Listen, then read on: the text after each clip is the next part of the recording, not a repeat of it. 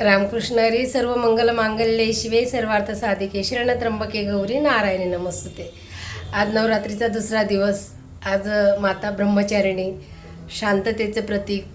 आज देवीकडे कुटुंबासाठी, आपल्या घरासाठी, आपल्या संसारासाठी शांतता मागायची.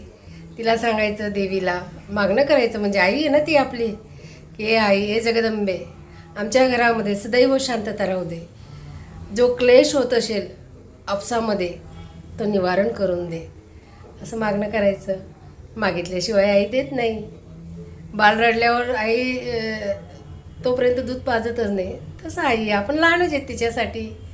आपण कितीही मोठे झालो तरी आपण आपल्या आईसाठी